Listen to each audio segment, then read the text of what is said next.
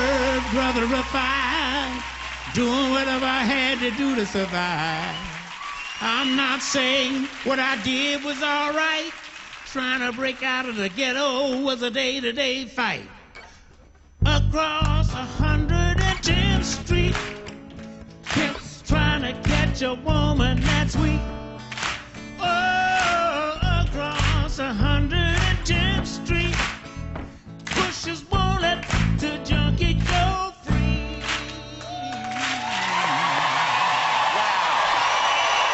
Wow. What a start. Bobby Womack, ladies and gentlemen. The legendary Bobby Womack. Good evening to you, sir. Good evening, young men. Hello, everyone. Yes, it's Saturday night. Welcome to the Jonathan Ross Show. And there's only one story that people are talking about this week. Bears in Russia have become addicted to aviation fuel.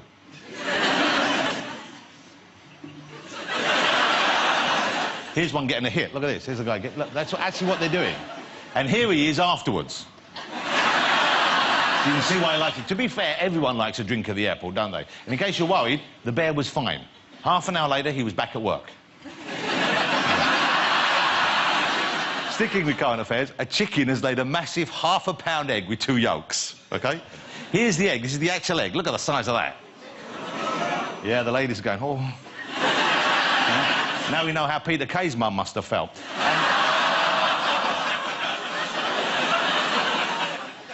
And here's a picture of the chicken.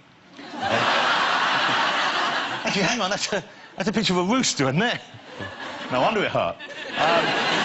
Amsterdam's oldest prostitutes have retired. Really? Are we sad they're retired? Or are we saying, well, thank God, you poor old dears. Put your feet up and keep them together. So here they are. Here they are, bless them. Bless them. Louise and Martine Fokkens. That's their actual name. That's their actual name. They're twins. They used to work together. I suppose that was what they call double Dutch. And they obviously worked in Amsterdam's Blue Rinse district. But now they've retired, so it's bad news for Harry Styles. He'll have to redo his bucket list.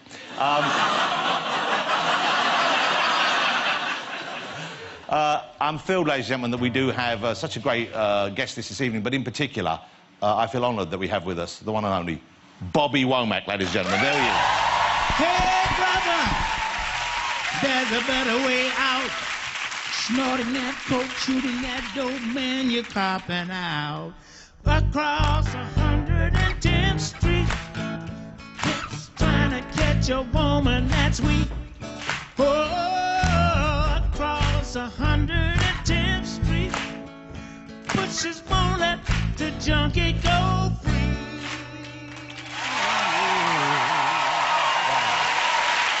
Great to have you here, sir. And, of course, joining him there, you'll see among the band there we have Damon Albarn is with us as well this evening, ladies and gentlemen. Albarn. And they'll be doing a number at the end of the show for you, so stick around. What a great show we have here tonight. You already know the music, of course, but we also have, let's have a look in the green room, from the world of movies, we have Ian McShane, Nicholas Hoult, and the man who made the Olympic Games so much of a great event, director Danny Boyle, right there, ladies and gentlemen. Hello, chap. Danny, we couldn't let this moment pass without our own magnificent opening ceremony, so I thought I'd show you how it could be done.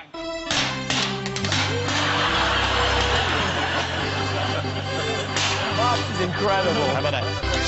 Danny, £6. £6, that's what that cost us. OK, let's get amongst the show, ladies and gentlemen. I'm going to start a kick straight away with our first guest. As I said, he's one of the finest film directors we have, but after the Olympic opening ceremony, he is something of a national hero. Will you please welcome Mr. Danny Boyle? Danny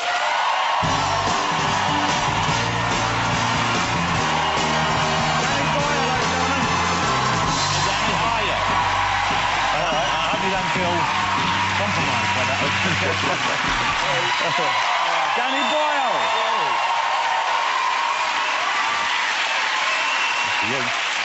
Wow, thank you very much. There aren't many movie directors who would get that kind of response. Most some people don't know who they are, and of course the Olympic ceremony, it kind of put you front and centre. Was that a welcome thing for you, or was that something you would rather had not happened? I was kind of dazzled by it, really, how people, you know, once the torch started arriving, especially with 70 days out, and people started really kind of coming up to you and expecting you to deliver, you know? Yeah. And we were very lucky. Everything went very well for us. The volunteers were amazing. It was made by the people, I think. That was one of the things about it. It was like a people's game.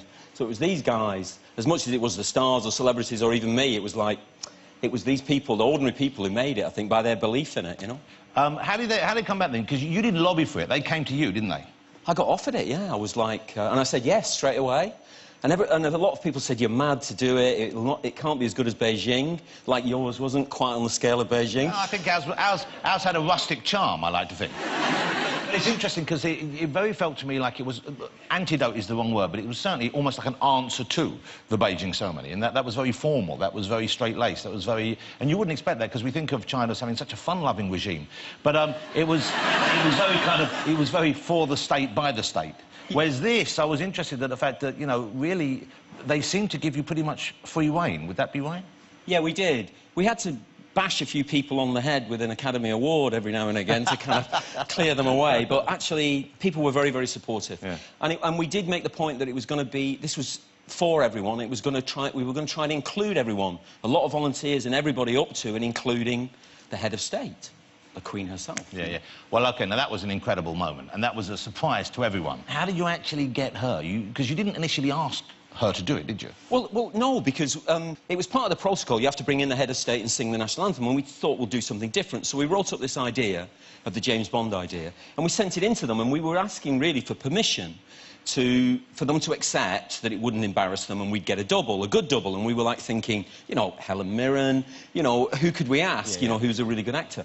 And they came back and said, we're delighted for you to do it, and Her Majesty would like to be in it herself.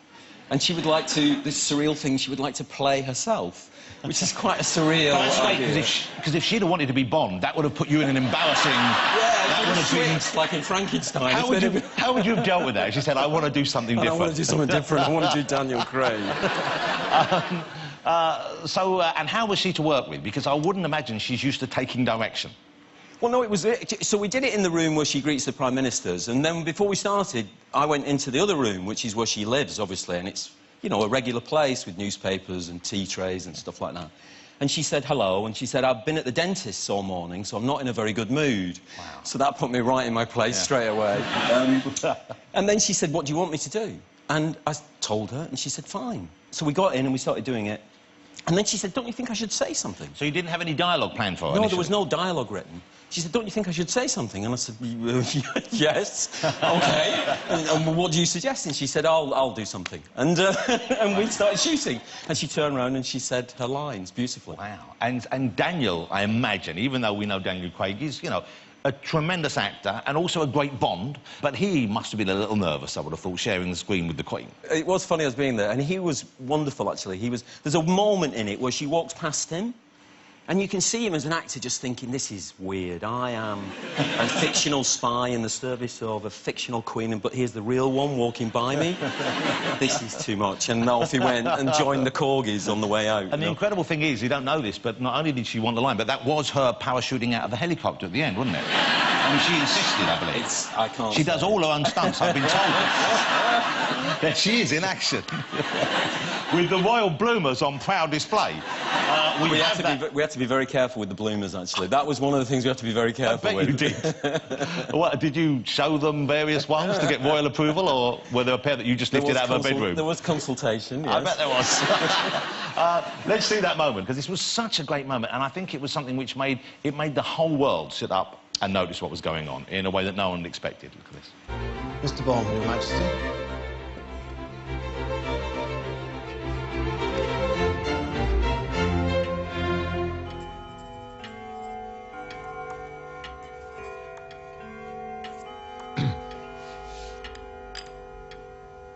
Good evening, Mr. Bond. Good evening, Your Majesty.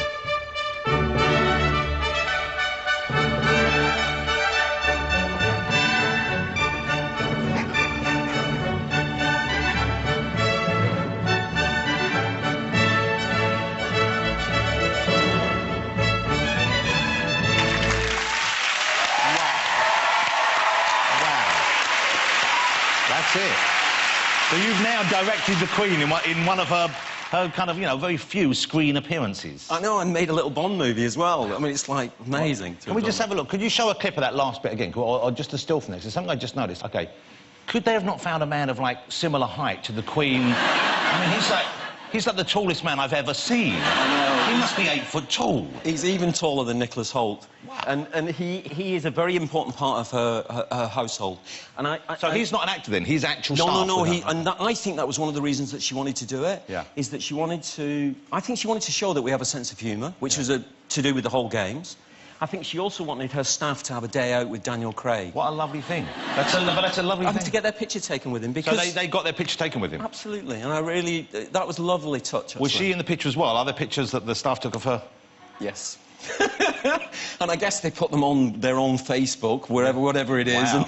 They've got a royal Facebook. And distribute them. Who decided the actual structure of it and the story? Because obviously one of the most memorable chunks for me was the Industrial Revolution. So, you know, those huge chimneys rise out of the kind of pastoral setting that you had there and there. Yeah, there's so much you can do, isn't there? I mean, that's one of our problems. We've so much history. You could dip into any kind of section of it. Yeah. And the reason we chose the Industrial Revolution is really because it began here. It affected the whole world, unlike some of our history, and we're still living through the remains of it, really, before we move on to whatever's next, the digital age, whatever it is. So it felt like the best thing to concentrate on. And also, we are amazing at engineering. Well, also, and having Tim Berners-Lee, the inventor of the World Wide Web, as part of the ceremony, you forget that happened here, and he gave it free to the world. He did. Which could have made him a billionaire. And I suspect there's a sort of I would have thought you felt a kinship with him, because you're very much someone who, I get the feeling, doesn't seek a personal reward for that kind of thing. I mean, I'm assuming, you know, you're doing OK for yourself. You've had a couple of movies that have done all right. But, you know, are you a socialist still? Do you consider yourself a socialist, or do you consider yourself just sort of someone who doesn't want to be part of the biggest show? I try to live a normal life, really. I'm very lucky. You know, financially, I am very lucky. The films have made some money, and I try to, obviously, share that around a bit, as much as I can. But I wouldn't describe myself as a socialist, because it's difficult for someone in my position to be able to do that. So is that one of the reasons why you turned down the knighthood you were offered? That was just you would have felt uncomfortable being called sir, or you didn't want the fuss? What was that? It's both of those things, really. It's something that you just have a personal reaction to, and I'd have felt very uncomfortable. I find it difficult being called Mr. Boyle. Personally, I kind of wince at that, so I would... Boyle is a terrible name, you're right. I mean, I mean, you could change it. Bond is a good name. Speaking of Bond, changing the subject a bit here, you mentioned, you know, you've done a mini Bond movie. They're looking for a director. Yes. For the next Bond film. I would have thought your name would be on the list. Have they approached you? Would you like to do that? Again, I'm not that comfortable with making those huge movies, you know. I love watching them. And yeah, because that little tiny thing you put together for the Olympics, I can see that. That was a weekend.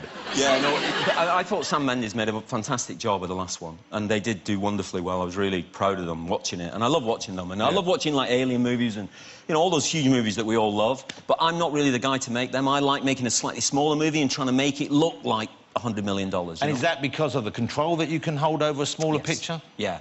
You get more control of casting, more control of your characters. You can make your characters do strange things, or, you know, they don't have to follow stereotype patterns. You know, there doesn't have to be somebody to root for. You can twist it and turn it. Well, speaking of things which are strange and unexpected, your new movie has many, many moments which delightfully kept me guessing at a fun way. The film is called Trance. It's out next Wednesday, I think. Yes. Here in the UK. Tell us what you can of the premise of that without giving too much away, because it's one of those movies where you could easily give too much away, couldn't you? Yes, you could. The setup is James McAvoy plays this young auctioneer who's involved in stealing a painting from his own employer. Yeah. And with the help of a criminal gang, who he then appears to double-cross, who then attack him to try and find out where the painting's actually disappeared to. That's the double-cross. And he claims amnesia about where it is. But it might be true, because something happens where you think, well, maybe he has got amnesia. He gets hit on the head. OK, well, you've given that away. Violently assaulted. And then, so what they do is they turn a bit of lateral thinking by Vincent Cassel, the head of the gang, and they turn to a hypnotherapist from Harley Street, an American played by Rosario Dawson. And she then puts James McAvoy into a series of trances, and she tries to discover where in his mind, where in his memories, is this day and what happened to the painting. Hypnotism is the basis. Hypnotism, as far as I understand, isn't really what it appears to be. Am I right in thinking, you must have researched it for the film, I'm sure, it's kind of... There's an element of nonsense involved in what we believe about hypnotism. Yeah, I mean, it's very benign for most people, but they do say, and our film depends on this, that there are 5 to 10% of the general population are highly suggestible. Yeah. And to those people, a hypnotist can do almost anything. Wow. And that's the people that someone like Darren Brown picks out in a show. So idiots, basically. But people who are suggestible, so they know how to spot, I guess, as a stage magician or Yes. hypnotist, and would know what to look for. But there are people who can really go under then and can really be sort of Changed. coerced. Changed, Wow. yes. I'm going to show you a clip from Trance, and as I said, it's out Wednesday. It's got James McAvoy, Rosario Dawson, the brilliant Vincent Cassel, Yeah. the French actor, who's unbelievably good. Check this out. It really is uniquely a Danny Boyle film. Stop right there. Step back.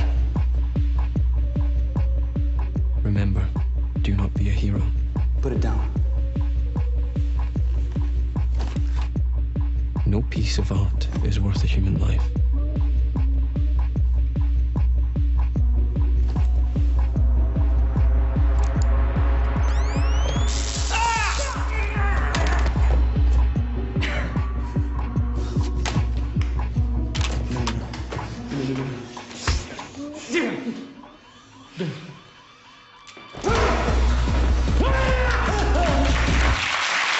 There you go. You've got everything you can possibly want. There's violence, there's sex, there is full frontal nudity of the most revealing kind. Thanks for that. And there's a kind of mystery at the heart of it, you know, it's a real kind of like a puzzle that, as an audience member, you kind of get to solve as the movie comes along, which must be, I would have thought, that's where the skill in the writing comes in, and that you have to make sure that's constructed and layered correctly. Yeah, and you give clues along the way, and people like breadcrumbs that people begin to pick up Yeah. along the trail. And you've got to try and, as a filmmaker, you've got to try and arrive at the secrets a millisecond before the audience. You know, otherwise you're dead. Yeah, you know, if they arrive before you, you know, They forget can't know what the scene is before you show it to them. Yeah. Basically. Do you always know what you want to say with your film? Is that the kind of driving force you have? Something you want to communicate, or is it just to entertain? It's partly to entertain. You always try and put something in there. Scorsese says about the cunning is to smuggle in something within the entertainment that you can take away and reflect on afterwards. Yeah. But the process of watching the film is a visceral, thrilling kind of ride, really, that you... I mean, I love people being assaulted by the movies, you know, like literally, you know that feeling when you feel the air sucked out of the place and you're mesmerised by it, you know? Yeah. Let me ask you about Trainspotting. This is the interesting and exciting news, I think, and I don't know when this is planned for, but I've heard you are going... Irving Welsh, who wrote the original book, wrote a sequel to it called Porno, and you are going to make that into a film. You're going to direct that, is that right? Yeah, we're going to try. We're going to try and do T2, if James Cameron will let us use that title.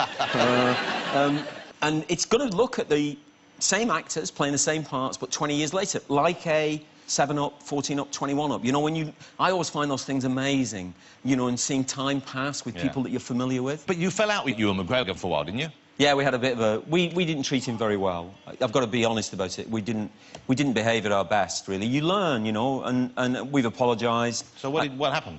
Oh, well, we made this film called The Beach, and we gave Ewan the impression we were going to cast him in it, and we didn't cast him in it. We cast another actor, a wonderful actor, Leonardo DiCaprio, and who was a lovely guy. They're both wonderful. Where's he now?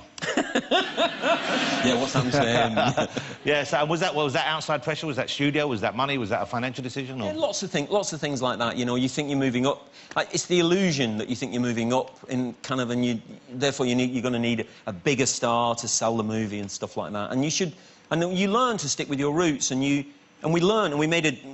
You know, that was a film set in Thailand, and then a few years later we made Slumdog Millionaire, but we made it with keeping control of the movie ourselves, and you make a much better movie because of that, I think. One final question before we go. When you were rehearsing for the Olympics, when you said, am I right in thinking you were not allowed to have alcohol in the building? No, there was no... I mean, they had the army and the police searching everyone. There was no alcohol anywhere on site. And yet, I've been told you did have a couple of bottles of wine every night. Well, so when we'd finish, the producer would go in her office and she'd have a very nice bottle of white wine and a nice bottle of red wine on her desk every night. How did she get it in? And how did she get it in? And what she did was extraordinary, is every night we practiced the stunt jumping out of the helicopter, the Queen jumping out of the helicopter.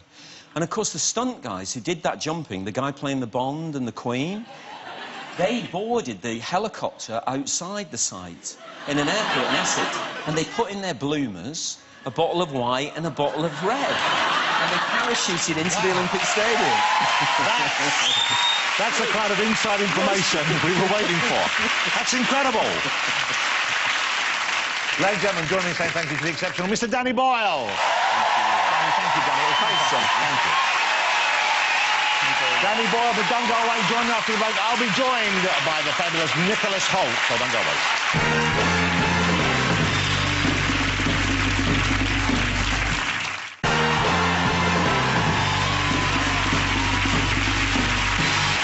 Welcome back. Well, how good was Danny Boyle? Let's get my next guest out. He is a rising star, not just here, but also in Hollywood. It is, and you will probably recognise him from when he was very young indeed, but now his career's gone on to just enormous great heights. It's Nicholas Hoult, ladies and gentlemen. There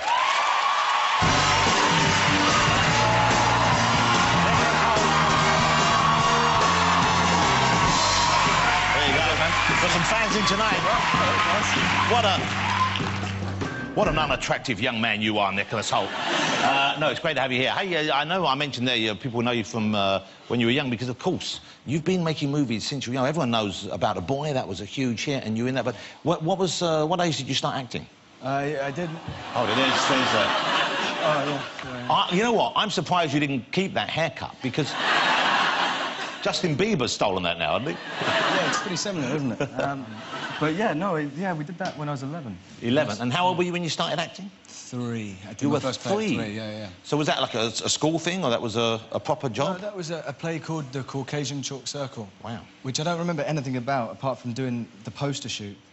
And I was standing in a chalk circle, and I had my mum on one side and another lady on the other side. I had to look up at the camera, and they were pulling my arms. Right, so you were being... It's a tug of war between parents. Yeah. I can't even remember what the story of the play is, to be honest with you. Well, you were 3. Yeah, exactly. I mean, did you have lines in it, or did you just walk around looking cute? I don't think I had lines. I think, yeah. They just tugged your arms? Yeah, but I got biscuits and juice, because it hurt after a while. So, bonus. Biscuits and juice. Yeah. You should put that in your rider on all your jobs from now on, just to get... OK, so Nicholas is just 23 years old, so 20 years... You've already got a 20-year career. That's quite remarkable. Did you always know that acting was for you? I mean, obviously, you were essentially no more than a piece of rope in your first role. But, I mean... but a very cute piece of rope, I'm sure. But did you know that's what you wanted to do? Did you have the bug from an early age? No, when I was really, really small, I thought you could grow up and be animals. So I always wanted to be a dolphin then. And then when I grew up and realised that wasn't possible, it kind of segued into acting, and that was a hobby, and then carried on. Why a dolphin in particular? I'm not really sure. I still like them, though. Maybe not as much as I'd still want to be one, but... And when you imagine yourself being a dolphin, what kind of life did you imagine a dolphin led? I mean, what I'm trying to establish is what attracted you to the life aquatic? It's just, you know, the idea of having a blowhole and... I don't know, just walk around and... I was young. I don't want to talk about it. If you don't mind me saying, you slipped into that a little too easily. Yeah. But you're in a new movie now, and the great thing is, exciting for me, because we've got Ian McShane, who's one of my favourite actors. He's here this evening, and you're in the film together. There you are playing Jack the Giant Slayer in the big... And it's a big, proper, big budget Hollywood movie, isn't it? It is, yeah. It's pretty epic in scale. Now, what's that experience like, working on a film like that sort of scale? It's intimidating. You know, we had huge sets and all these special effects going on, and then you get to work with these actors who you look up to, like McShane and Ewan McGregor and all these people.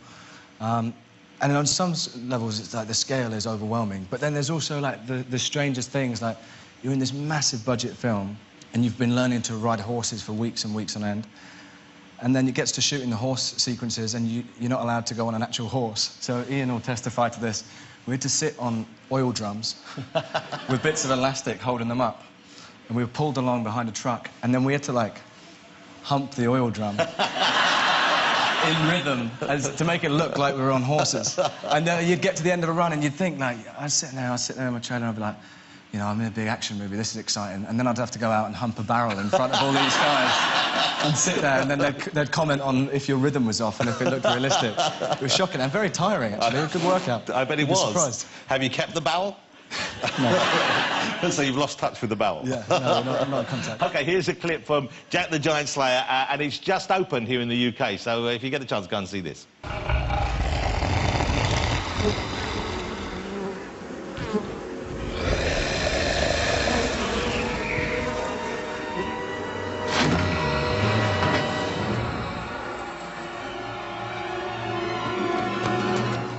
All right.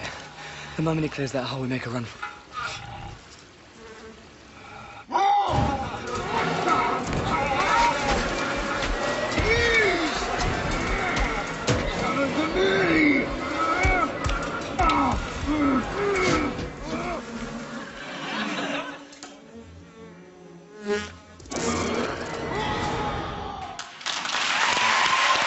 Jack the Giant Slayer.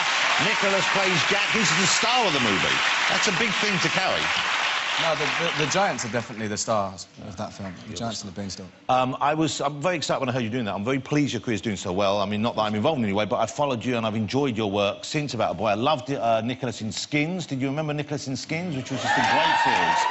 Terrific show, really good. And to see you in the X-Men movie last year as well was very exciting. I'm sure you've seen it. It was X-Men First Class. Of course, Nicholas played Beast. Did you know when you signed in that you would be spending half the movie hidden behind blue fur, or was that just a lovely surprise for you? You know, I was kind of aware of it, but I'd never done prosthetic makeup stuff before. Now, you can see how much Nicholas is enjoying the experience right there.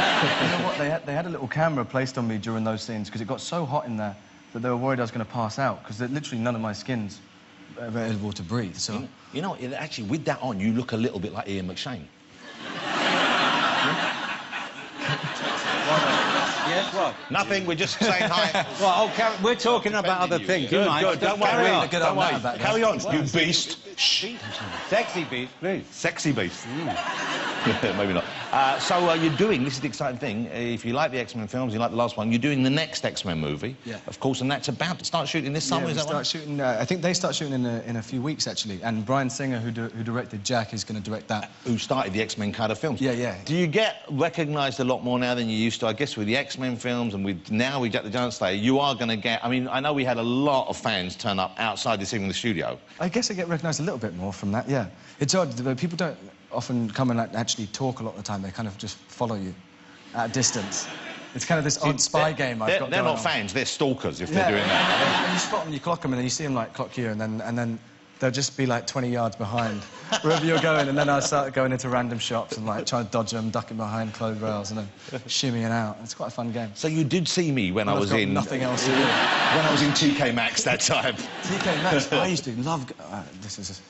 my mum used to spend hours in there. Literally, like, 4-hour shopping trips. It was horrendous. Yeah, because you can never find anything that fits, can you? It was so horrible. It brings back terrible memories, but I used to run up and down inside the clothing rails in there. Did you used to play hide and seek under the clothing rails? I did, yeah. 18, 19? How old are we talking about?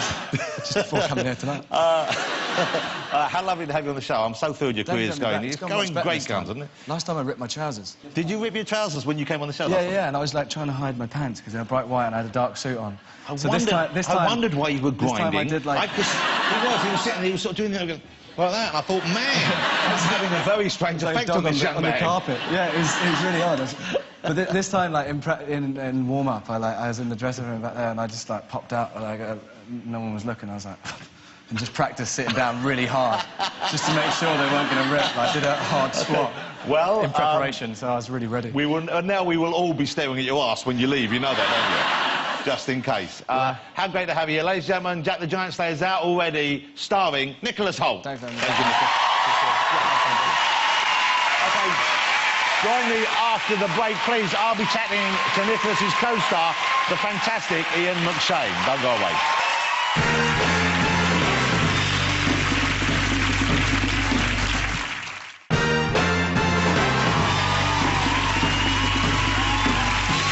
Welcome back. Let's get my next guest out, shall we? It is the force of acting nature that is Mr. Ian McShane. Here he is. Come on out, Ian.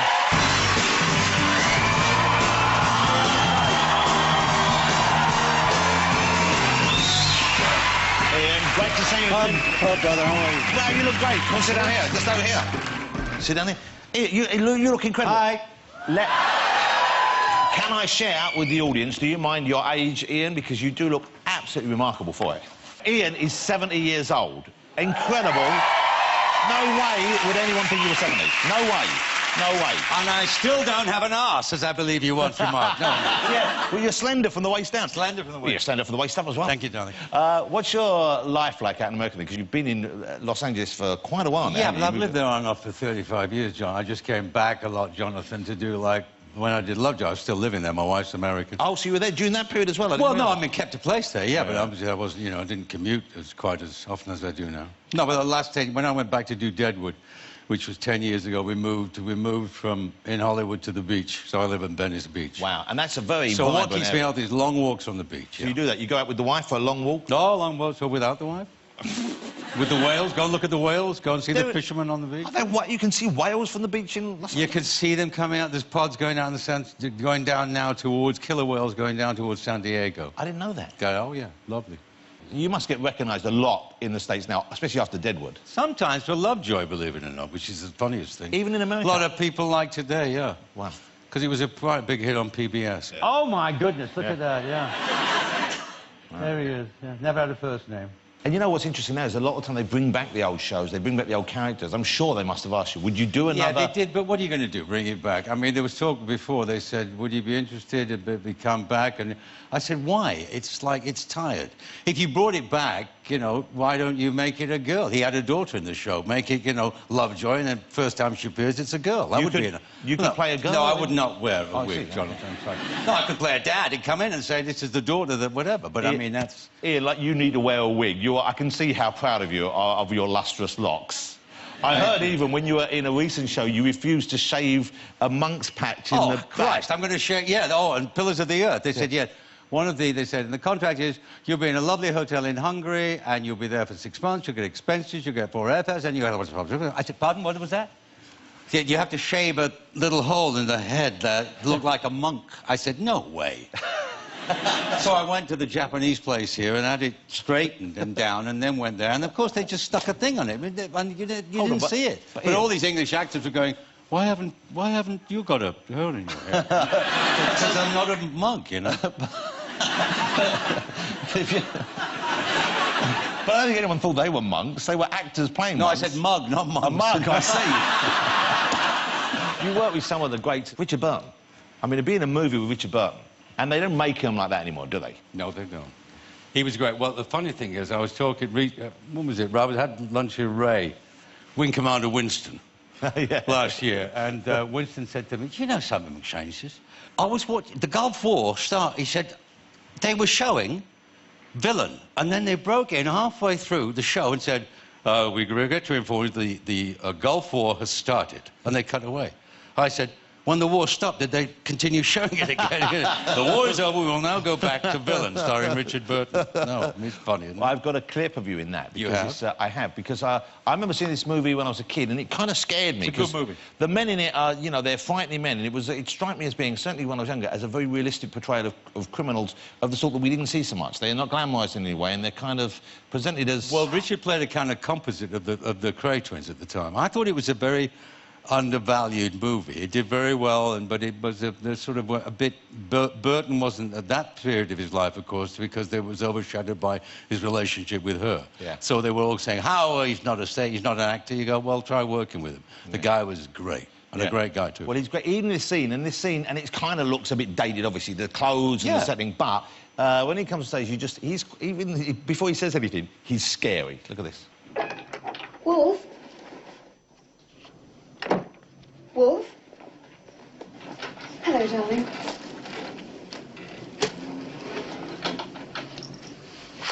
Oh, I see. Bad moment. Well, you shouldn't have let me have a key, should you, love? Makes a girl feel special, a key. Get out of here, slag. You better go, Venetia, now. You get out.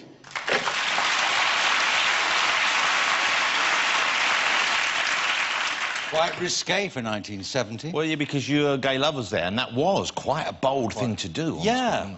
Yeah, I mean, it was quite nervous-making. I mean, before we started the scene, Richard and I. I mean, first of all, we used to, you know, he's a great guy, except everybody used to go in Richard's trailer around about sort of 1 o'clock, and we'd have, you know, actually, don't want I'd be in there at 8:30, and we'd be sharing a few libations. In the morning? But oh, yeah, well, that was the day, but people, you know, drank, it's a whole different world now. But you'd start drinking at 8:30 in the morning? Well, I remember going in there and having kippers, and the guy said to me, I was having kippers, and the guy said to me, Richard, I'd love you to come and run the lines for the scene, Ian. I said, sure. He said, oh, you can bring your breakfast. So I took him in there. And I came in, Richard went, oh, kippers, I love kippers. Okay, look, he said, give me some kippers, Bob, you know. So he went away, and he came back, and we're running the scene. I'm eating the kippers, and Richard goes, oh, yes, kippers, And they just sit, they kept going, oh, yes, kippers. Oh, I love kippers. Get me a vodka and grapefruit juice, would you? And the kippers went pushed one side.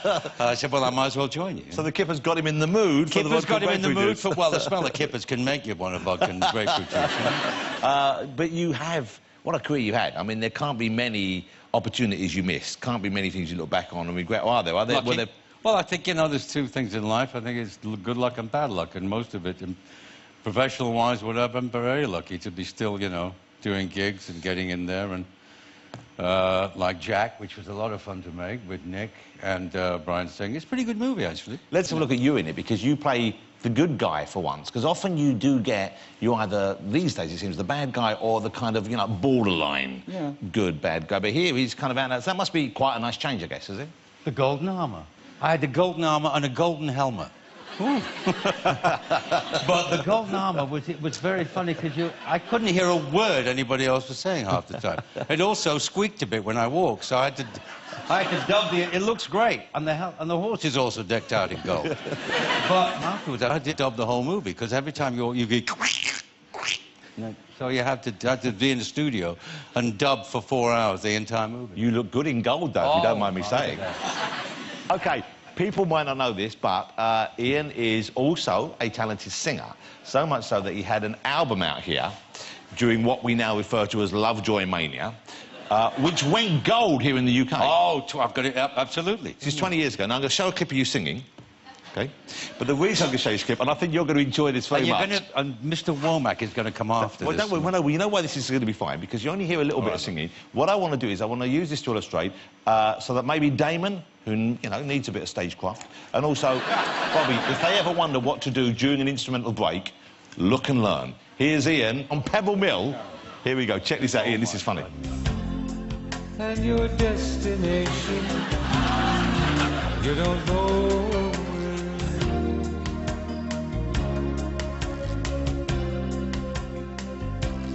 How long?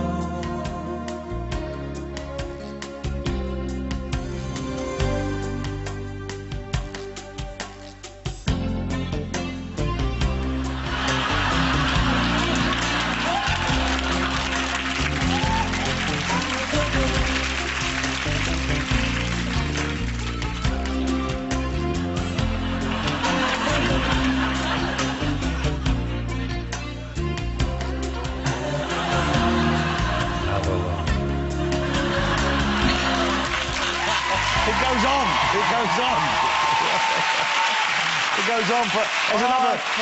There's another 7 minutes of that. Eat your heart out, Brian Ferry. OK. Pretty good, though. How lovely to have you on the show, Ian. I'm thrilled when you say yes, always am. I hope you come back again soon. It's great to see you, son. It really is. The fabulous Mr. Ian McShane. Thank you. Thank you. Pleasure, love. It's great. Great to have you. Don't go away. After the break, I'll be chatting to the legendary Bobby Womack, and he will be performing live for you right over there. So, Bobby Womack, come back up after these.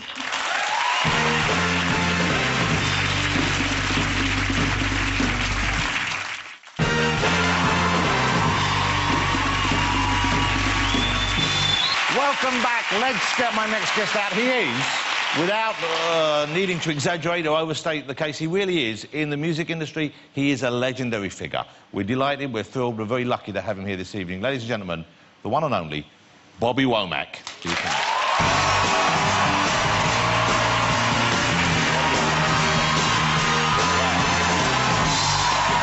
Hey, Bobby, how are you?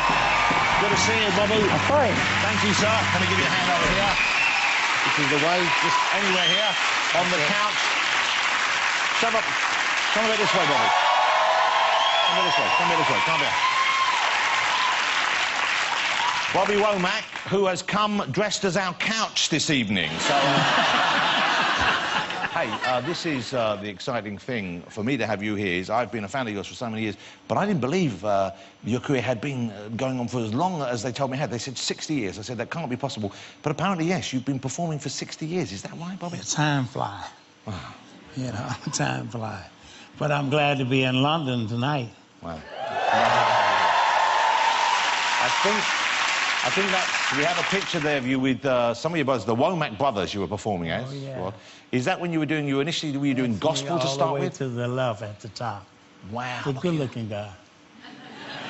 Just a baby. How old were you when you guys formed that group? I guess I was between 9 and 12. And did you already play the guitar then, or you were learning then? Well, I learned how to play, and my father was a barber, and he did that on the weekends. That was his spare job. And a guy came in and bought him a guitar and said, if you cut my hair for the next 2 months, you can have this guitar.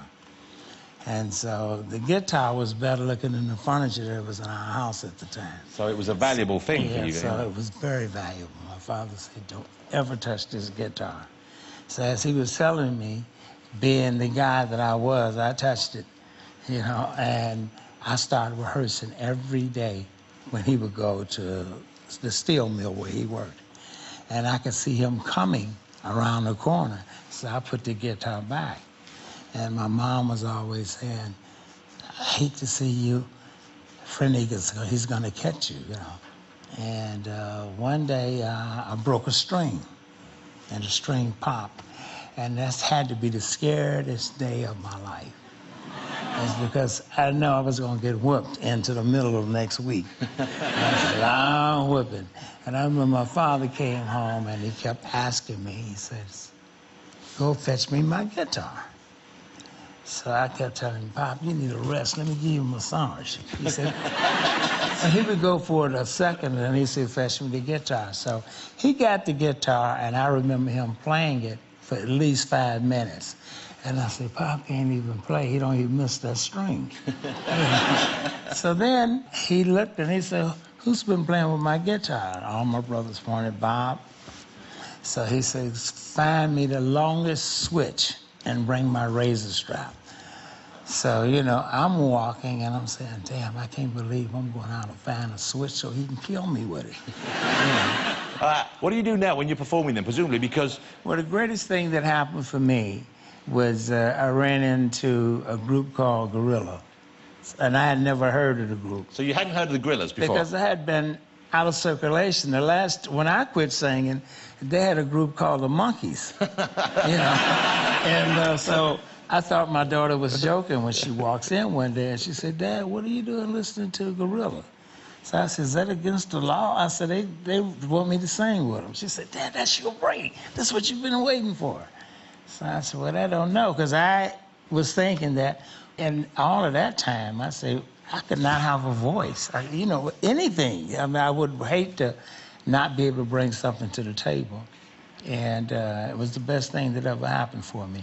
Now, Bobby, you know, I played your music on and off over the years, and I've always been a soul fan, I've always been a fan of R&B, and I played it, and when I heard you were recording again, I was excited, but also, you know, a little bit concerned. I'm sure, I don't know if you know this, but when you have someone you're a fan of and they haven't done something for a while, you worry a little bit when they're coming back. Is it going to be good, or is it going to change my mind about it? Well, I didn't know what to think. I just knew that Damon Albarn believed in me so much.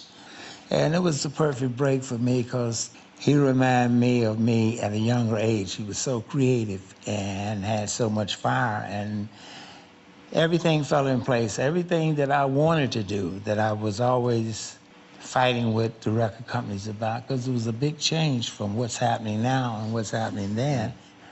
He gave me that opportunity. Damon, let me ask you, when you reached out to Bobby, you were a fan already, weren't you? Yeah. How did you know that he would integrate with your sound? How did you know that it would work as well as it did? Well, I mean, to be honest with you, you know, the record that Rich and myself and Bobby made was after a long period. We went on this huge tour with Gorillaz. I mean, I don't know, it was like 5-6 months. And we really got to know each other, and at the end of that, we sort of made a promise to each other that we'd do something, and you know. It wasn't sort of something that I just jumped into, and nor did Bobby. We really thought about it, and until we were really comfortable with each other, we didn't. And when you're working with Bobby, can you still learn from other musicians like Bobby? Do you still feel like... Are you still a fan in this learn business? from him? You're joking. He's the... like that, for me. That's lovely. The album's great, by the way. The album is terrific. It's called The Bravest Man in the Universe, Bobby Womack. It's terrific. It really is. And you're going to do Please Forgive My Heart, is that right? My favorite, one of my favorite songs. Please Forgive. It's a beautiful song. It's going to be the single from the album, I believe, as well. Yes, it is. Which is terrific. It's a great album, and it's also a great pleasure and a great honour to have you here. Ladies and gentlemen, Bobby Womack. Thank you. Thank you, Bobby.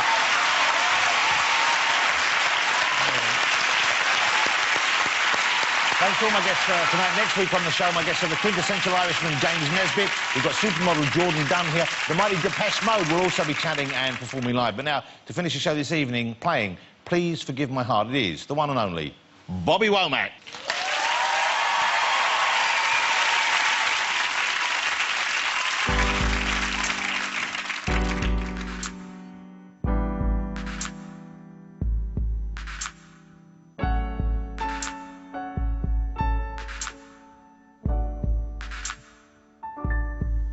I could try to say I'm sorry, but that won't be quite enough to let you know the pain that I feel, and it just won't let up. It feels like the sky is falling and the clouds are closing in. Where did I lose control? Where did it all begin? Please forgive my heart. Not that the problem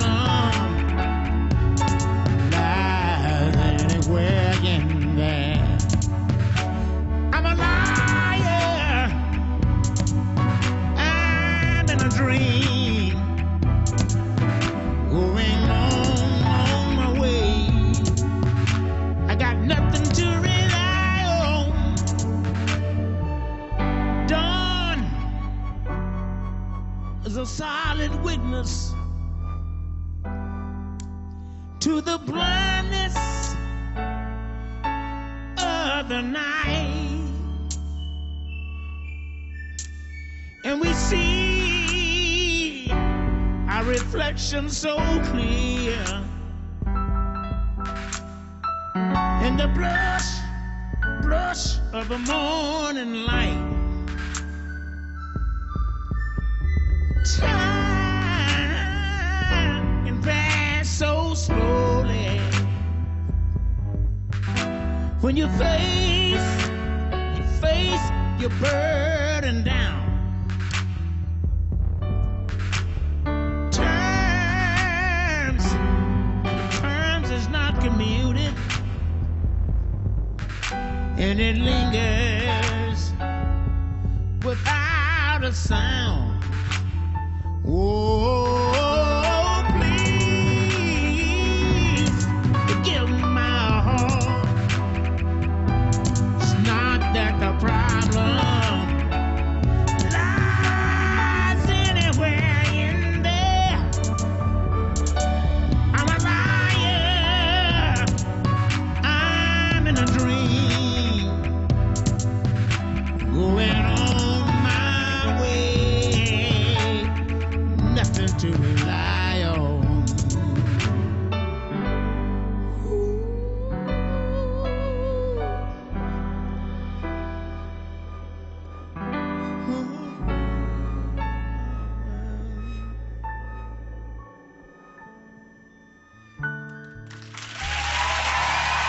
Thank you. Ladies and gentlemen, once again, Mr. Bobby Womack. Thank you, Bobby.